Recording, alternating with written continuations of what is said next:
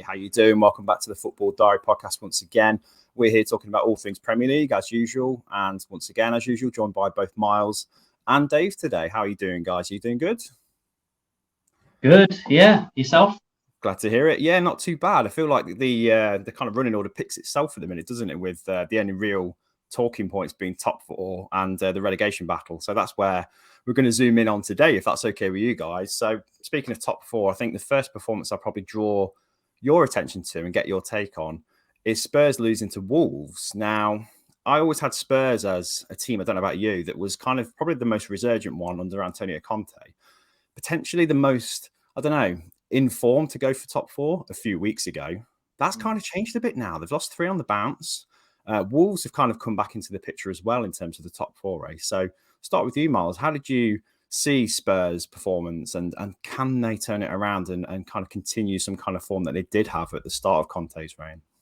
Spurs are such an interesting team at this point. I don't really know how to define them because you're used to the picture, but they don't really have the quality that they had for the last few years under the Pochettino reign, when they kind of were a staple of the top four and they were reaching the Champions League final and looking like they were really cementing themselves as one of the top clubs in the country. There was a lot that you could look at in that squad as top quality Premier League players. Whereas right now, it just looks like they lack that massively. Defensively, they were shocking. And you can't really be too surprised at that. They failed to adequately replace Vertonghen and Alderweireld. They brought in Christian Romero, who I do think is a good centre-back, but hasn't had time or the opportunity to settle, perhaps. Davinson Sanchez looks a mess, and they look like they missed Eric Dyer. And that's not really who Spurs should be relying on if they're pushing for the Champions League. So I just think they just lack a lot of quality. And as good as Conte is as a manager, he probably has 2 top quality players in Harry Kane and Son. And then short of that, should they be in the top 4? I don't think that squad is a top 4 squad, to be honest. Midfield's weak and the defence is poor, and it showed against Wolves.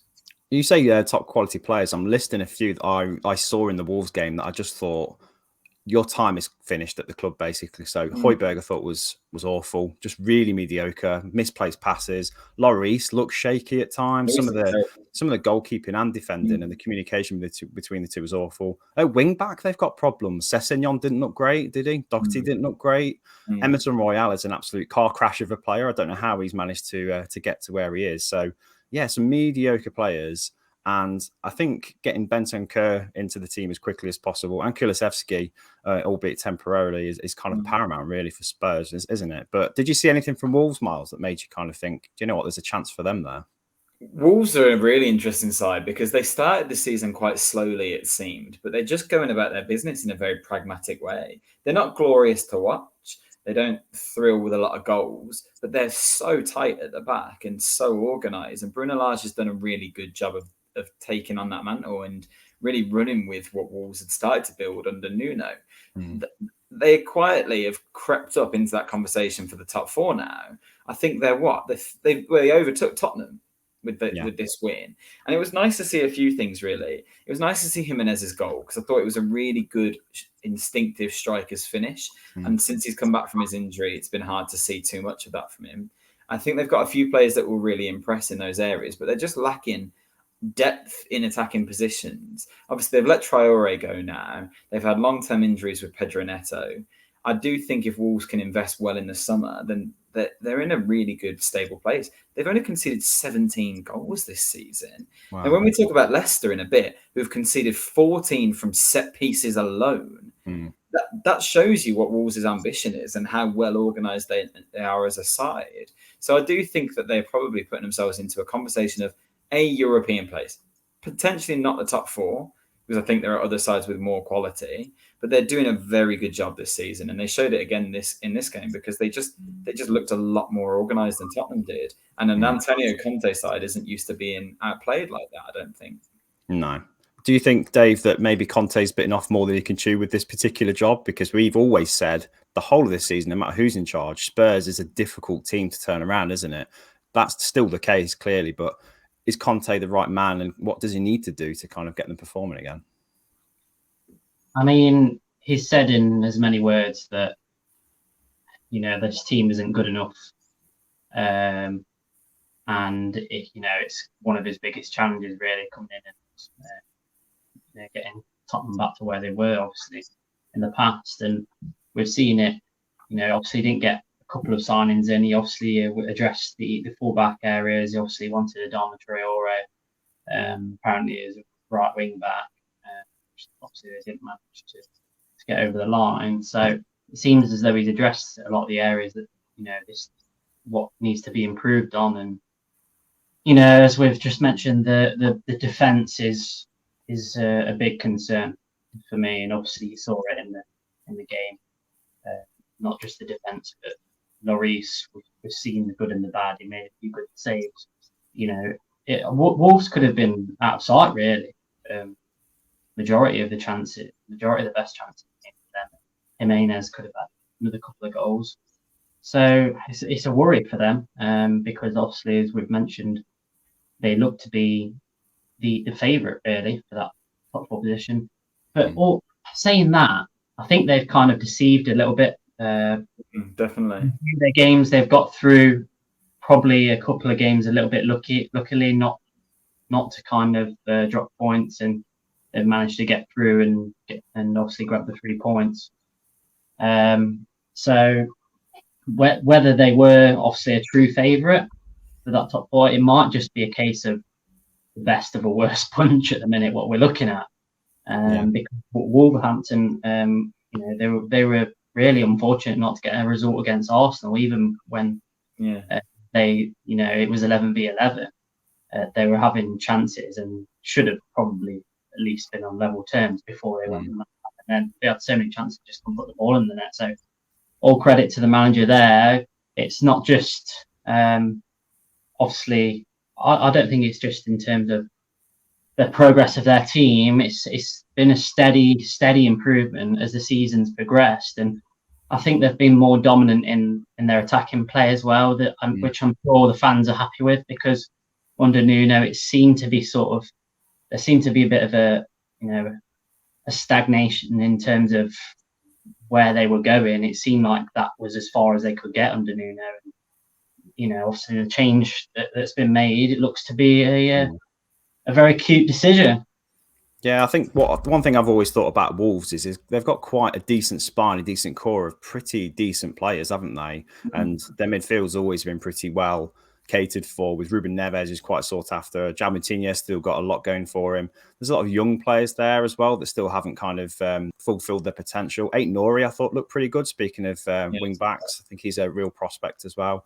So I think they're just missing a bit of like stardust, aren't they, really? Jimenez was fantastic, like you say, took his goal really well, but just a bit of like true quality up front, and they're surely not far away, are they? They've tried it a few times, haven't they? Because they obviously brought in Patrick Cutrone a couple of seasons ago when it looked like he was going to become the next big thing, and that didn't really work. They brought in Fabio Silva, who is quite highly rated, but I still haven't really seen enough of him to see the potential there. And now, obviously, they've got Hwang in as well. So he's still injured at the moment, but they've made that signing permanent. So there's potential within that side. But I think Dave hit the nail on the head then. It's just Spurs have just, I think he's right, they've flattered to deceive. If you think back to the Leicester game when they sneaked that win with the 2 really late goals, that wasn't really a performance that necessarily had many admirers. Then they've lost 3 games in a row. They've got Man City next. And I don't think they had a particularly good transfer window. Traore didn't want to join them. He's taken a massive pay cut to go to Barcelona instead, who are a basket case. Now, all right, he's got connections to the club, but that seems nuts to me. They're getting non-league players turn them down because of personal terms can't be agreed. And then eventually they've panicked and gone to Juventus because they've got connections there in Paratici and Conte. And they've got 2 players that really... Juve probably didn't want to lose Bentancur, but probably had to because they've got so much going on in midfield right now because their transfer business has been appalling themselves. And bringing in Vlahovic, they needed to get rid of some players and needed to make some moves quickly. So Kulusevski's not really done enough at Juventus to make me think he's going to be a world beater in the Premier League either. I don't think Tottenham are in as good a position as they should be at this stage. And they really looked in this game like they just didn't have any clue. And when Conte is coming out afterwards, you asked Dave, has Conte bitten off more than he can chew? He certainly thinks he has. He came out again and said these players don't have a winning spirit, I think he said. They need to be on the pitch trying to kill for you. And you ain't getting that from any of these Spurs players. Even Kane, who you say has done that for years, he doesn't really look like that right now, does he? I think Spurs are very in need of a refresh and move that side, to be honest. Well, I think at the minute, we're talking about top 4 potentials. You've already said, I think they're kind of overperforming for the team they've got and for their lack of form. At the start of the season, for somehow they were top of the league, weren't they, with Nuno? And we were scratching our heads going, how the hell is this possible? They fluked top of the league and then all of a sudden it caught up with them and Nuno gets the sack. And I feel like that's been a little bit similar to the start of Conte's reign to now. It's almost like their actual quality is catching up with them. They're not as good as he's made them look initially. So, loads to do. But I think top 4 is a lot about momentum at the minute, isn't it? Who's got the most desire, the best run of results? And I don't think you can look further than probably sort of West Ham for kind of desire. It feels like they're kind of digging out results out of nowhere sometimes when they don't really deserve to win, but they've got kind of the desire to be there that Spurs don't seem to have. So if you're going to ask me about top 4 potentials, I'll probably say West Ham, which I'll probably speak about next. Disagree with me if you like, but where do West Ham sit in the top 4 question?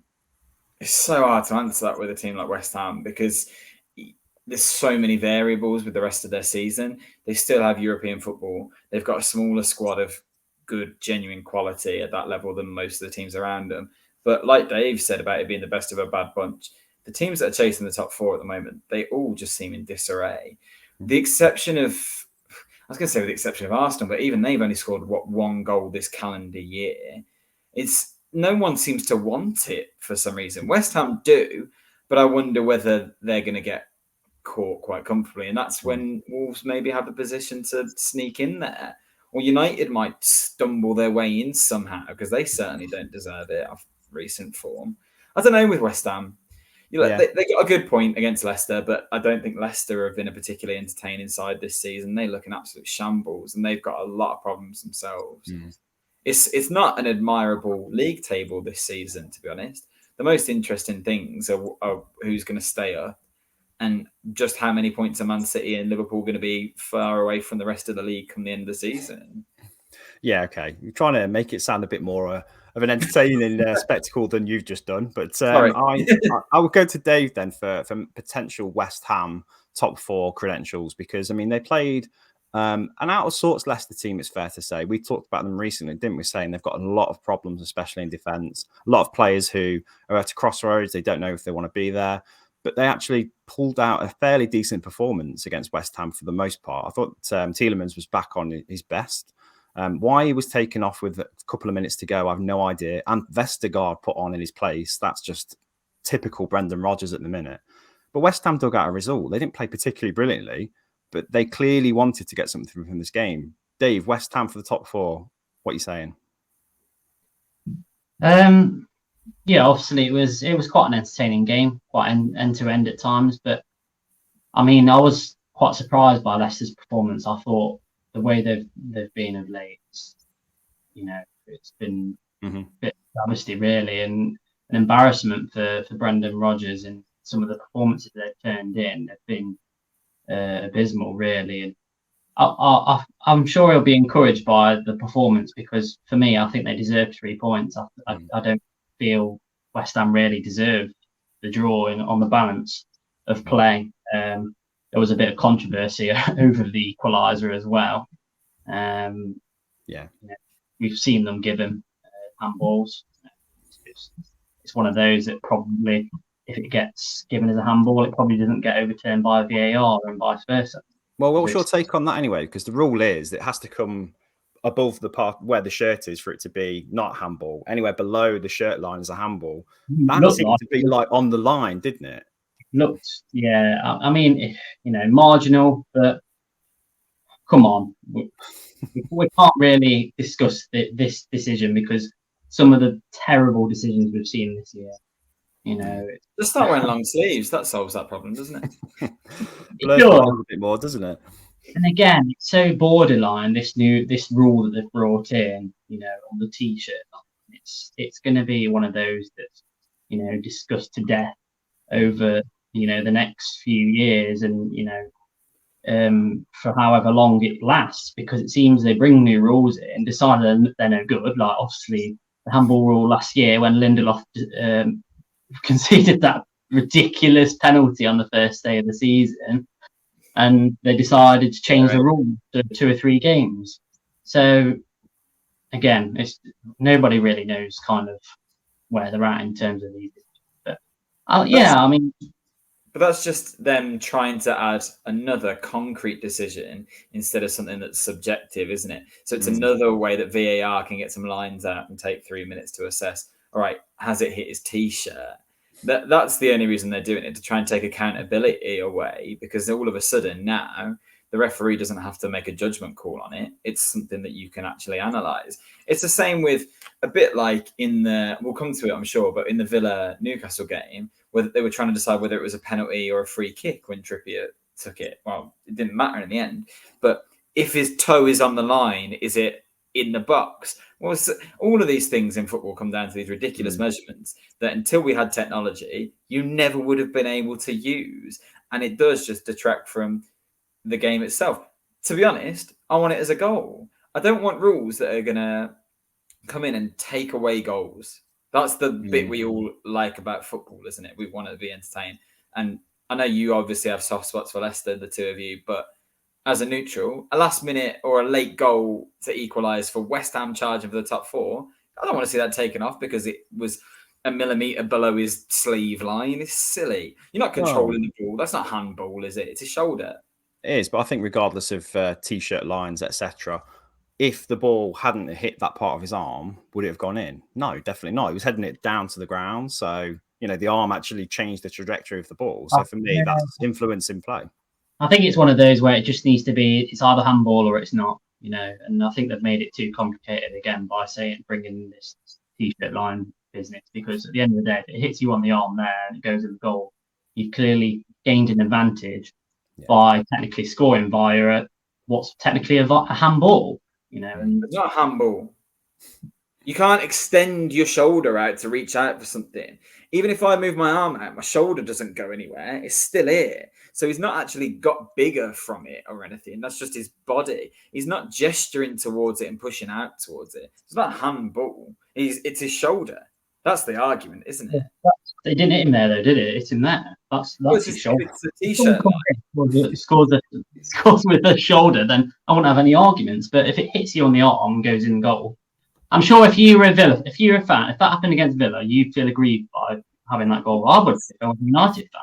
That's because football's fickle, but because I'm a neutral, this is the only time we actually can analyse it and say, no, I think that should probably stand. Because your T-shirt line doesn't come past that far down your arm where you're going to control the ball with it. If you can start manipulating your arm in that way, Dave, fair play to you. But to me, that's not handball. Well, that's the thing. We're arguing about it now. The guys in Stockley Park are there looking at the VAR replays over and over and going, I don't know, is it? Could it be? That's the problem, isn't it, really? Somebody's point of view, but just somewhere else looking at a monitor. So they've done the right thing then by allowing the goal and just saying, well, we'll stick with the ref's decision then. We won't change it. It's not clear and obvious, clearly. And they talked about that so much, clear and obvious, and it doesn't seem to actually matter because apparently clear and obvious leaves nothing. But in this case, it did, thankfully. I think it's fine, isn't it?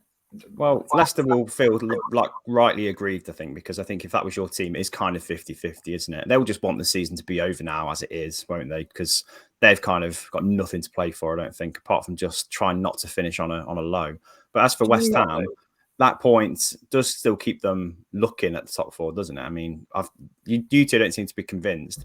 If Rice was injured, for example, is that season over for them? Yeah, or Bowen at the moment. Yeah. Just quickly on Leicester, though, and that decision, I don't think they can feel aggrieved because it was another corner that they've conceded from. It doesn't matter what happens, to be honest. He could have used any part of his body he was going to score because Leicester and their set pieces, I don't know what it is with them. It must be so infuriating for Brendan Rodgers because how many different tactics, what can you do at this point to get that team to sort it out? Like I said, they've conceded 14 goals from set pieces, not including penalties this year. Wolves have conceded 17 altogether. Yeah. That's as many goals as Man City have conceded all season. So if you're genuinely having ambitions for Europe, which I think Leicester would have said at the start of the season that they do, They finished 5th last season and the season before. What are they doing with that? It's appalling how bad they are defensively. What I'm saying is, Miles, is when United next play Leicester, we're going to score from corner. No, not a chance. that'll be the confidence boost that Leicester need at the back and how to defend set pieces. But with West, I feel like, Mike, you're waiting for us to go, yeah, come on, West Ham can get top 4 to keep it exciting. And I'm just playing devil's advocate, mate. That's all.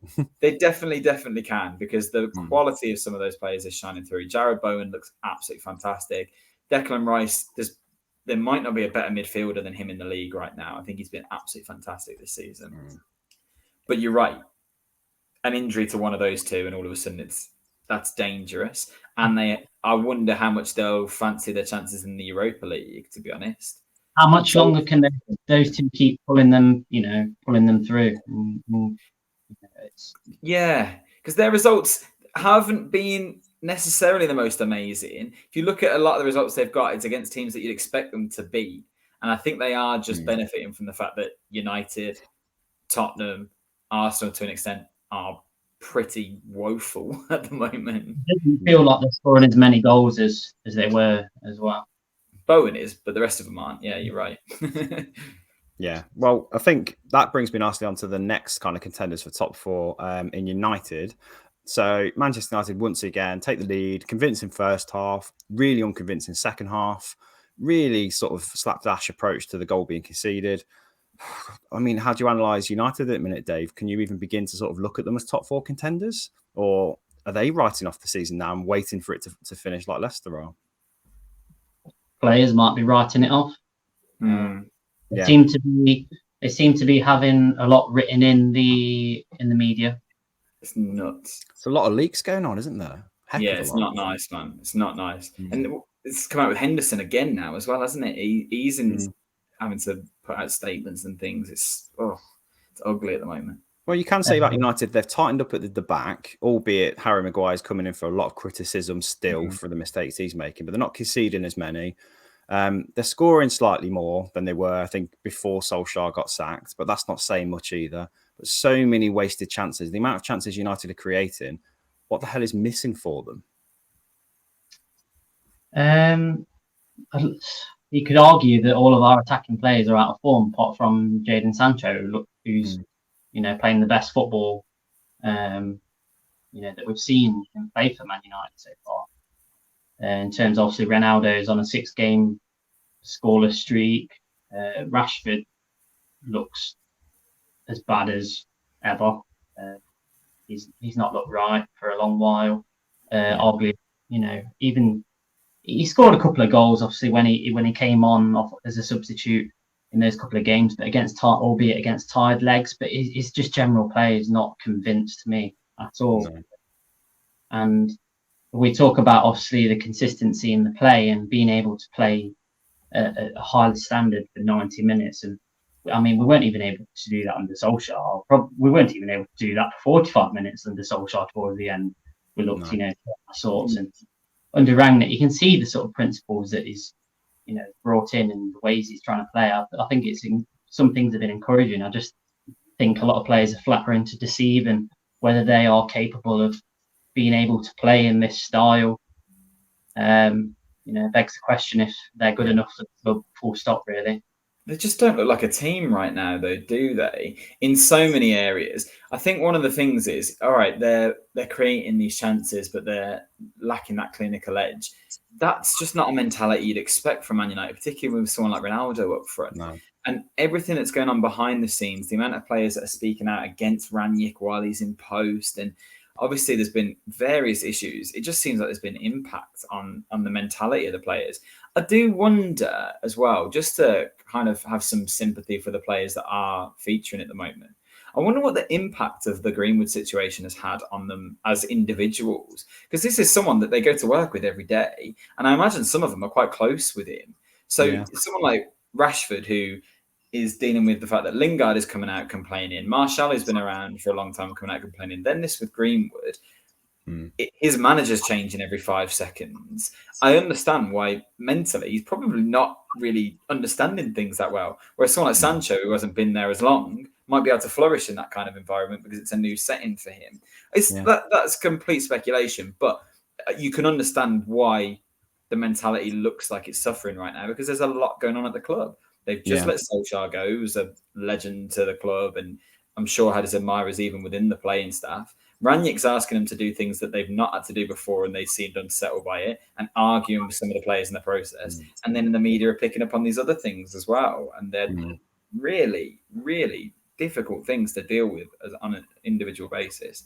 It's a funny time for United, but again, another club that are stumbling into a decent position. If they win tonight, they go fourth because other teams around them are also faltering. So they're still in the conversations somehow. Which is incredible, really, isn't it? It kind of, every game that passes, it makes me wonder about the wisdom of having an interim manager, because it does feel like this is temporary. And even if and when Ranić does step upstairs to a sort of more senior director sort of role, is he expecting this blueprint to carry on with the next coach? Is he looking for a coach to have that same approach? Or, I mean, it's very difficult to kind of gauge, isn't it?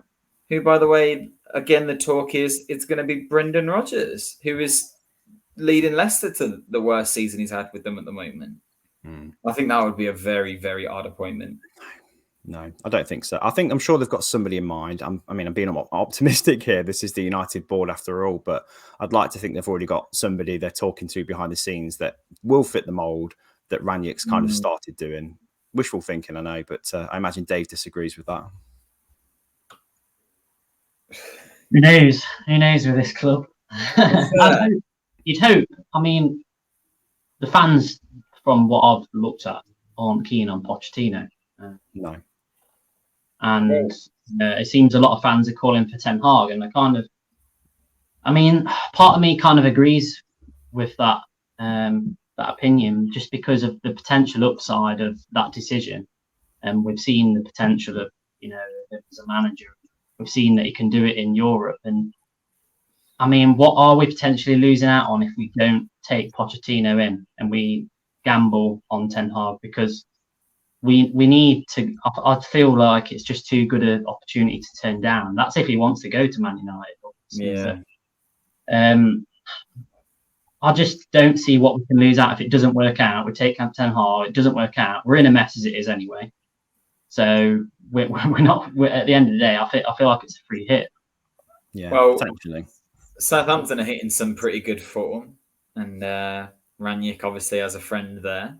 I thought that. Yeah, they had a bit of a chat beforehand, and he's a mentor to a lot of managers, but I think Hassan Hüttel's one of the ones that's really looked up to Ranić and his approach, isn't he? He said in the comments after the game what United weren't doing to fit the system, which I thought was scathing, coming from Hassan Hüttel, was smashed 9-0 in the same fixture last season. So it's a weird one when that comes out of someone like him. But yeah, he's a good coach. But for me, I can honestly see Ranić taking the role himself on a semi-permanent basis come the summer. I really can, because it feels like he's making all these changes to the system, and the only way for that to continue is for him to stay at the helm. He should not do that. I don't think he's good enough. Okay. Well, moving on anyway from our regular United chat.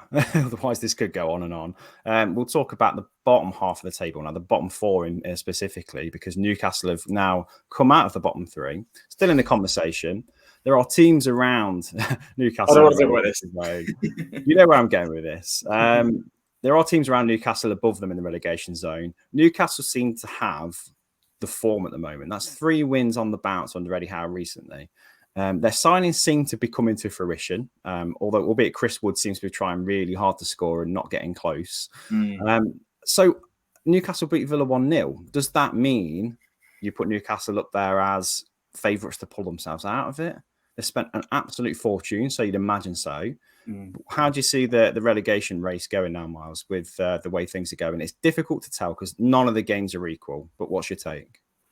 I think Newcastle didn't necessarily look like the most overwhelming side, but what they did look was organised, and that's something that they've lacked for a while.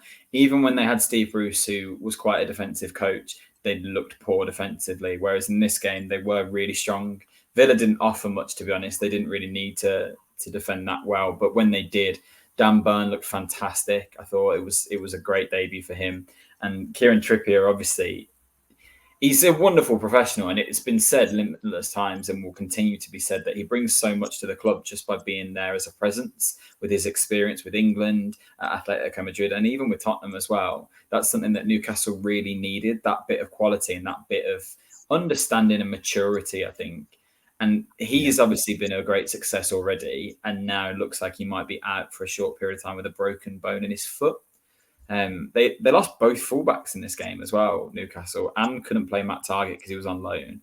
But they still look defensively organised, and I think Lascelles pulled out quite late on in the game, but preparation as well with an illness. So I think they're doing the right things, and they're trying to build that solid foundation. We've still not seen Bruno Guimaraes yet properly. We've seen a couple of minutes from him, but I think that will be a brilliant addition to their side as well. A player that I'm really excited for, to be honest. I'm glad he's in the Premier League, even if it is at Newcastle. And Chris Wood will do something for them in this season. And even if he doesn't, he's only there as cover until Wilson comes back in anyway. But no, Newcastle definitely have the potential to get out of it. They're all of a sudden only a point behind Everton, 2 points behind Leeds. They're out of the bottom three. I can't see them falling back into it now because they probably do have more quality than the rest of the sides around them. And like you say, that momentum. But it was pretty easy for them to build momentum against Villa on Saturday. It was a shocking game.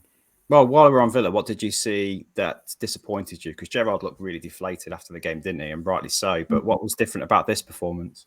Oh, they were just wasteful. Honestly, they had a lot of possession at times. They could have controlled the pace of it, but they didn't. Coutinho didn't get on the ball. So he barely was able to create anything. Watkins looked really isolated up front. We wasted every opportunity we got from the set piece. They had Douglas Luiz on free kicks and corners, and he overhit every single one. It was really disappointing. And obviously, the goal is so frustrating to concede. You give a free kick away that close to the goal. It's not ideal, but you often think, well, that's going over the wall and over the goal. Well, what's Buendia doing there, though? Because Martinez couldn't see anything. That's not on Buendia to me. That's on Martinez. Mings was furious. He shoved Buendia afterwards. But if you're arranging your defence and Martinez can't see, he needs to make that clear. And what do you expect Buendia to do in that moment?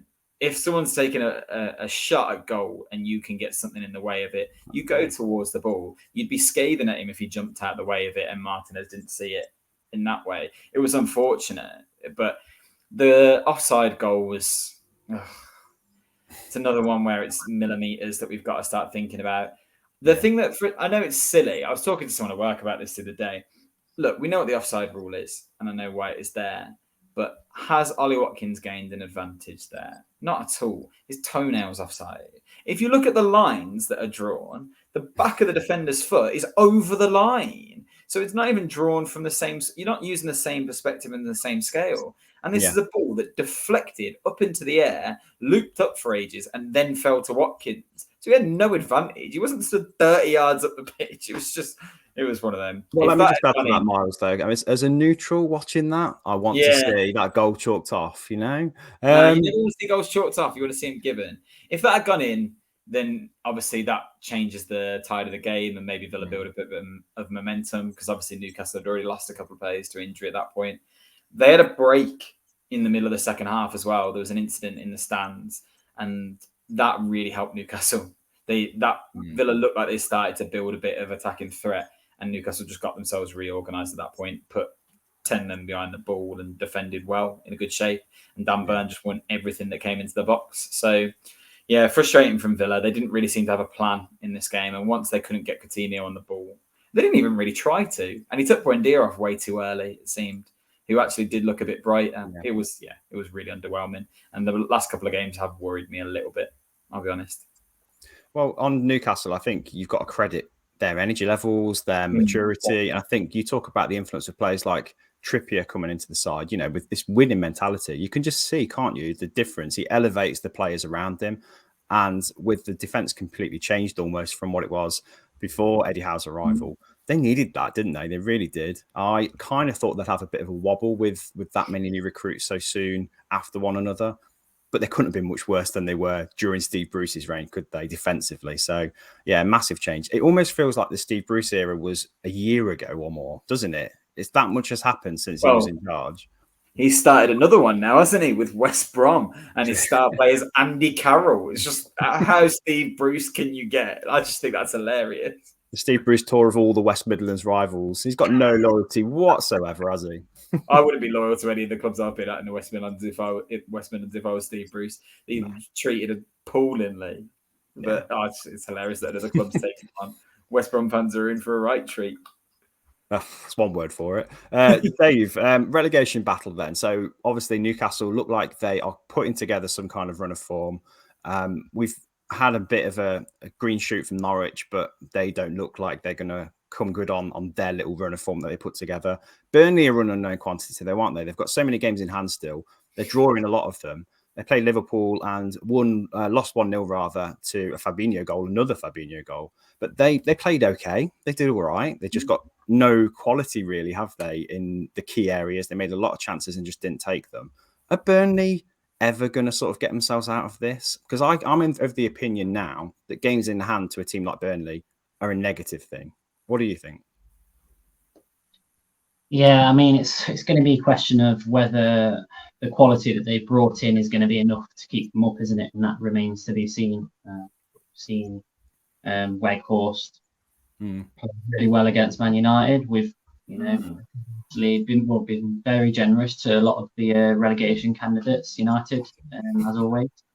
There would be a bit for them. No, but on a serious note, yeah, it's going to be a question of whether their additions to their team are going to be enough to keep them up. And I mean, we talk about obviously games in hand, but I'd rather have the points on the board because all of a sudden, Burnley are kind of playing catch up to those that are above.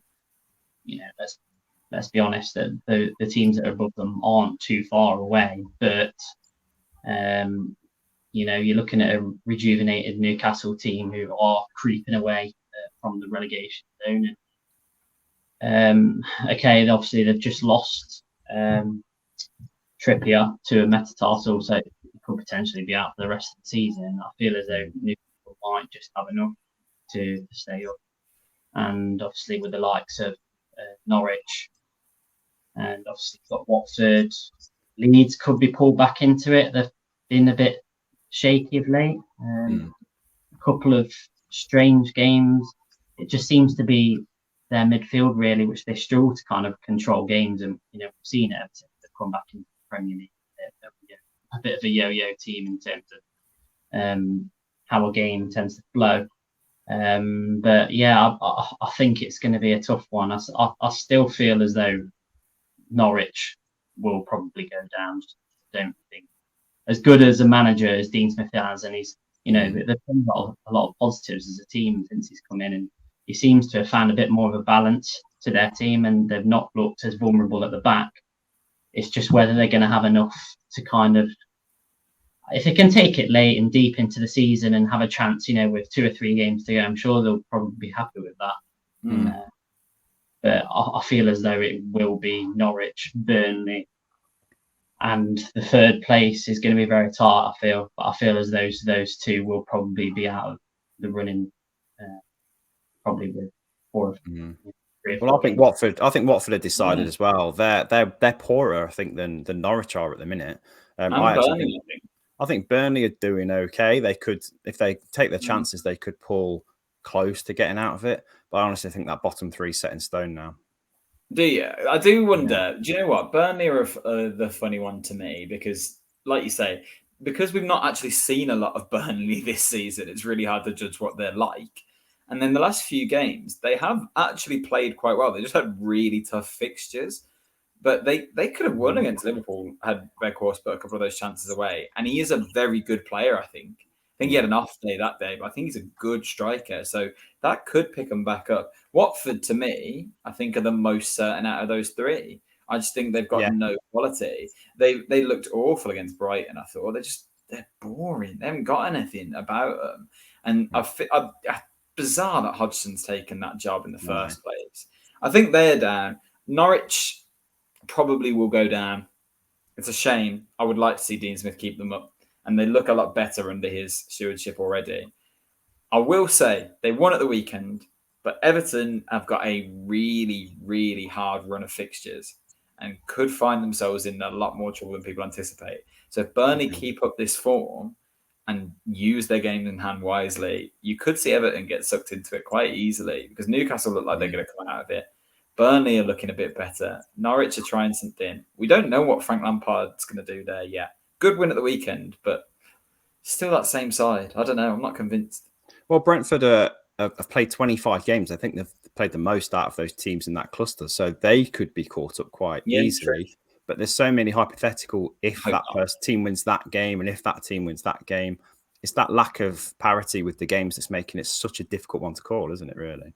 On Brentford, did you see that they played a behind closed doors friendly yesterday and Christian Eriksen played 60 minutes? Yeah, good to see.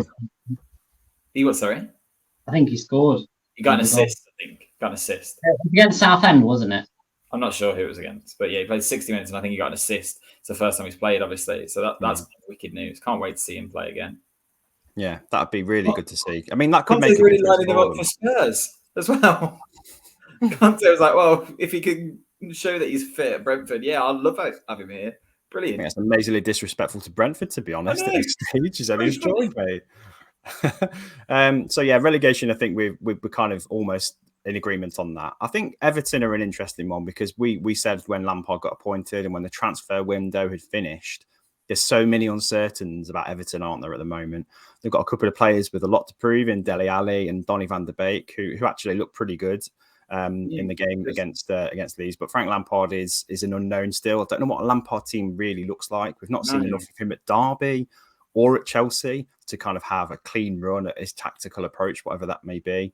So he's got his hands full with Everton, I think. If he stays there beyond this time next year, I'll be surprised. 12 to 18 months, I think, is kind of his limit. I think Everton's limit for patience as well. If he doesn't start making them into sort of an established top 10, top 8 team, they're going to struggle next season, I think. I think the thing that Lampard has in his favour is quite similar to Gerrard being at Villa, to be honest. That both of them are pretty well loved by the media, so they'll get an easier ride of things. There won't be quite as much pressure on either of them, I think. Yeah. And that will give him a bit of time to at least see out what he wants to do at Everton. But like you say, we've never really seen enough of Lampard to know what it is he tries to achieve. Although Gerrard, for example, is it's going to be that thing where those two are always going to get compared now that they're in the Premier League together. But although Gerrard's relatively inexperienced too, he had a clear system at Rangers and he's implemented that at Villa really quickly as well. Whereas Lampard kind of flirted with a few different things. And towards the back end of his time at Chelsea, he was just trying to throw as many attacking players on the pitch as possible. So I'll be interested to see if he can't do that at Everton, but he's going to have to pull some results out in some pretty tough fixtures, to be honest. He's got a pretty mass rebuild on his hands as well. If he gets to the end of the season, which I can imagine he will do. You never know with Everton, but in terms of next season, going into the summer, the amount of players and sort of players that have been thrown together through different transfer spells by different managers, it's going to be a big challenge, and probably the biggest challenge alongside the Man United.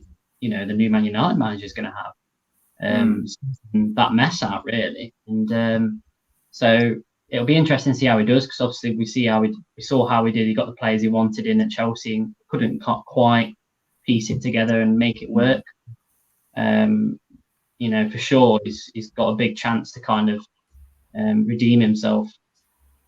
Yeah. That's one thing that would concern me if I was an Everton fan. I saw him with a blank checkbook at Chelsea. Obviously, the first season, he couldn't do any business and he developed some young players really well. So the likes of Gordon, who are coming through at Everton right now, might really benefit from Lampard being there. But then you saw him with unlimited funds, basically, spending however much he did on Kai Havertz, Hakim Ziyech, and he couldn't really get that system to work.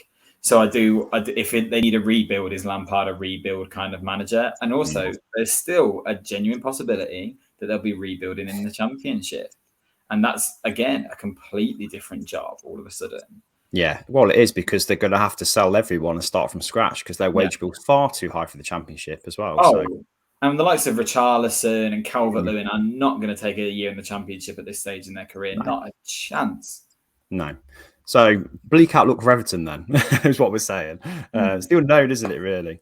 So that will be everything for this week. We've got Champions League's return tonight, I think, isn't it? So It is. that's exciting. We can talk about that next time. There's a full programme of Premier League fixtures as well over the weekend. So yeah, loads to look forward to and to chat about next time. Thank you for joining me again, both of you. Thank you again for watching and for listening. Please subscribe if you can. That'd be a massive help for us. But until then, yeah, we'll see you all next week. Cheers, guys. Thanks, man. Cheers.